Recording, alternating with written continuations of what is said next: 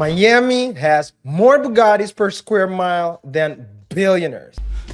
How? Can you believe that, KR? So that means that either South Beach discovered the glitch, or most of these supercars aren't owned by the people driving it. Stop the cap. And by 2030, this illusion is going to wipe out a lot of people. Fair use. There is so many. Oh my God. I'm at the valet at the Ball Harbor shops, and let me show you all the cars that are here right now. We've got a new Spectre, a gray Ferrari Puro Sangue, and a red Ferrari Puro Sangue, a gray, a white, and a blue convertible. This one's my favorite. A 911 Cabriolet, a white Rolls-Royce Cullinan, followed by a white Rolls-Royce Cullinan, a Bentley Bentayga and a taxi, a G-Wagon, a gray wide-body G-Wagon, another Bentayga, and then two more brand new Rolls-Royces, a Panamera E-Hybrid, and a Cayenne Turbo S, and finally an Escalade V to end it off. There is so many. Oh my God. This was what appeared to be a classic Miami pleasure cruise. A luxurious boat deck packed just off the coast of Miami Beach. But the weekend joyride in Florida's Biscayne Bay quickly turned into a dangerous situation. Vessel taking on water. What appears to be a 63-foot-long Lamborghini yacht started to sink. The surreal scene captured on camera from multiple angles. Yes, we know how they wake up in a new Bugatti every single day. Hey guys, welcome to another edition of the show. Welcome back. This is a channel where independent thinkers come to build financial durability for the decade ahead. And if you're serious about navigating the economics of 2030, hit the subscribe and join the newsletter, because the next decade won't wait for anyone. Yes. Miami is the global capital of visible wealth. Influencers, supercars, watches, champagne. But there's an uncomfortable question nobody's asking out loud, man. How do these influencers who start selling courses last week or less than a year ago are driving $3 to $5 million cars? KR, sometimes they don't even know how to spell courses. Yeah, they're driving the cars. But anyways. That's the crazy part, right? That's the crazy part. And yeah, yet, probably right roses or something. Yeah. Whatever. Yes, and the answer is never success. So here's the headline for today. Miami influencers are flexing hypercars they couldn't qualify for under a normal financing. And this isn't a conspiracy, it's just math. Traditional banks won't finance these people. The great point here is they have no comparable credit, no provable taxable income, because at the end of the day, these are courses that they are putting out.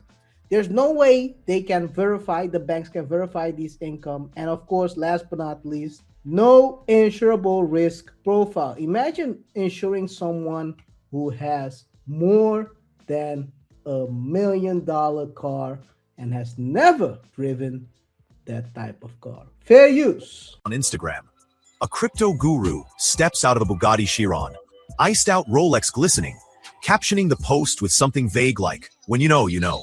Millions of views, thousands of comments, and DMs flooded with starry-eyed fans asking, "How did you make it?" But behind the curtain, the truth is far less glamorous. Most of these influencers aren't rich at all. They're leasing $3 million cars for as little as $10,000 a month under loophole ridden. Exotic car experience, schemes designed purely for clout. Luxury car rental companies figured out the influencer game early.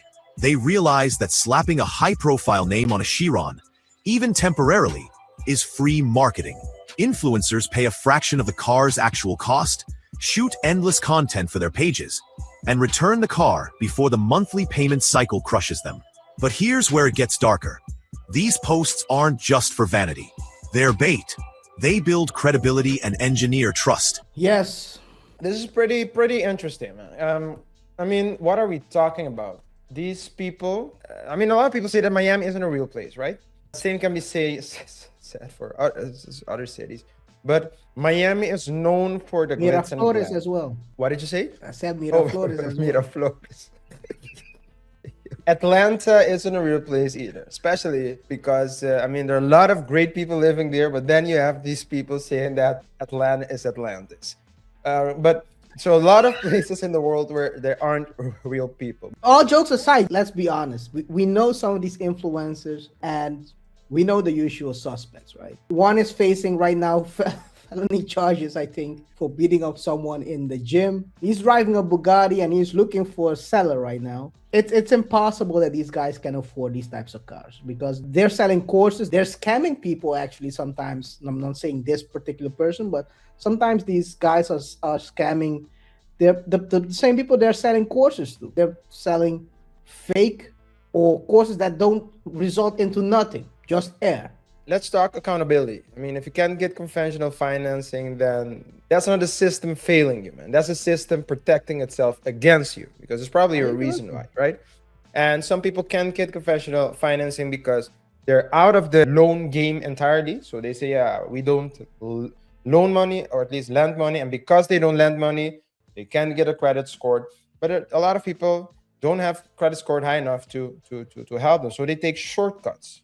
But people try to skip steps, start at the top, and then confuse access with achievement. You don't build credibility by jumping straight to the most expensive signal. You build it by surviving cycles. Yeah, so I think overall, I think the alternative is to step into these kind of structures which you have leases, long-term rentals. I mean, we know Miami is known for those rentals and those fee contracts, you know.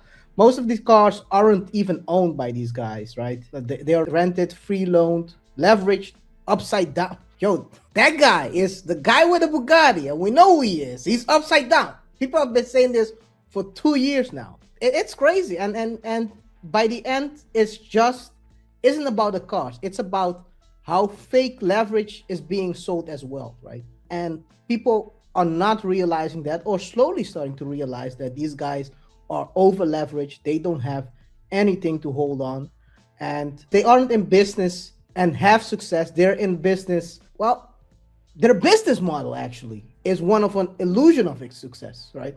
Let's break it down. Let's simplify the math. You get a $2 to $3 million supercar deal. You pay between $500K upfront, and then you'd have to pay approximately $40 to $60K. That's $40,000 to $60,000 monthly. You're broke! Oftentimes the lease is for 5 years, so 60 months. If you pay it at once, I mean, it's a lot, but not usually, when you're gonna pay it in installments, you have to pay fees. And in this case, the fees are extremely high. Sometimes you're paying only the fees, especially in the beginning. So almost no principal reduction. You might look rich to the outside world, but your net worth is bleeding. And the killer detail is that you're usually negative equity on day one. Crazy. It's very disingenuous, especially if you're an influencer and you're trying to portray this to people who look up to you, right? So this doesn't fail in isolation. It stacks with no tax reserves, volatile online income, platform risk, lifestyle inflation, short attention cycle. This is why influencers disappear every few years, sometimes every few months, and they appear on other platforms. Shaking the money maker. So, hey, let's take a look ahead of time, right? We're talking about, at this channel, we talk about 2030. So what happens when you have this type of imbalance in wealth during that time? So what you get is people get tighter credits, higher insurance thresholds, if they are even paying those insurance thresholds. And of course, what you'll get is more income verification. So it's going to be probably tighter. The illusion economy is probably one of the first things that will collapse. We are already kind of seeing it right now. So we're already heading towards that. So by 2030, there's probably less than what we have now. And people who build image instead of infrastructure are going to get wiped out, man. It's probably 100% sure. So there will be a macro shift. Cheap money will be gone. Risk underwriting is tightening up. People will put cash flow in front of the hype. Visibility, and what you see now, like you said, people are disappearing every few months. Visibility is not equal to durability. So they might be in a picture for 2 to 3 months or maybe 6 months, and then they're gone. And that flex culture, right? It's basically subsidized by people who are falling for these infinite loop. And at a certain point, people will know about this sad display of money. And I mean, it's gonna be an end of an era, right?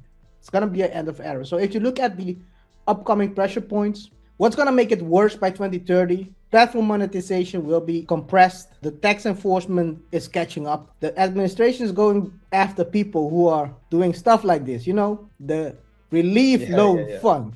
Yeah. It's tightening it up. People can go out of this, and insurance is pulling back. The audience is getting fatigued by these fake successes, because at the end of the day, people buy these courses and they see that this is not real. So between 2025 to 2030 is gonna be a sorting period. What do you think, Arjun? Yeah, so I fully think so, and I think it can even get here very fast, right? It can even be faster. So 2030 is when we'll see it, but we're seeing the everything crumble already. So instead of how to get rich, let's talk about something more useful. How not to get fooled, or how not to get misled by your gurus. This isn't about jealousy, it's about pattern recognition. So I would say the first one would be follow the cash flow, not the object. Rule number one should be expensive objects don't prove income. Ask yourself one question: what pays for this every month? If the answer is vague, so my business, my investments, my private clients, it's usually fake, you know? And if it's my end of year bonus, then you're only thinking about 1 month. Real money is boringly specific. So if you can't name it directly, if you can't say it's the money I have on this account very clearly, then it's gonna be problematic. Now also remember, we're talking about cash flow, not what you have on your bank account. So those two separate things. That's important as well. Yeah. So just because if you have 100,000 on your bank account and you use 100,000 on your bank account and you get $2,000 a month, then I mean, okay. So I mean, it should speak for itself. Second one, I would say, KR, would be to watch for payments and not ownership, right? So what should people look for? What's the language? If they say, or it's only 400,000 a month, it's a smart lease, you don't need to own assets, no down payment. Hey, they're telling you it's rented, ownership is quiet, payments are loud. So you're not gonna become the owner. You won't, but you'll be bound to the object just to impress other people. It doesn't make sense, right? Third important aspect I would say would be to spot the flex to funnel pipeline. So here's the real business model, right? You flex, so you get attention. That attention gives you authority. Then you go sell your course because you have authority. But then the churn comes. For those of you who don't know. All these people who just give courses but they're superficial. Usually it doesn't last, right?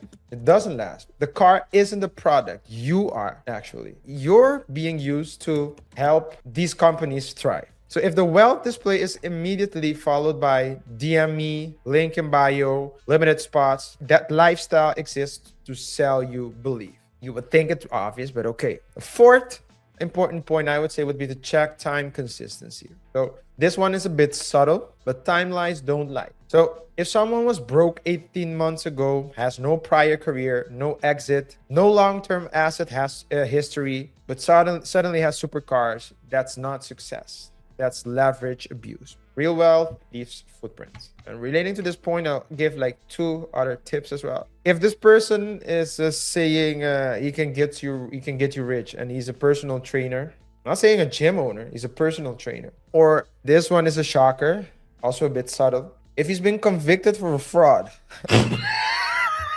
mean, guys, come on. Hey, I'm gonna teach you how to do real estate. I just came out of the pen 12 days ago. Yeah. So and look for tax and risk avoidance behavior. So fake wealth avoids performance, renting houses, short-term cars, no equity assets, no long-term commitments, right?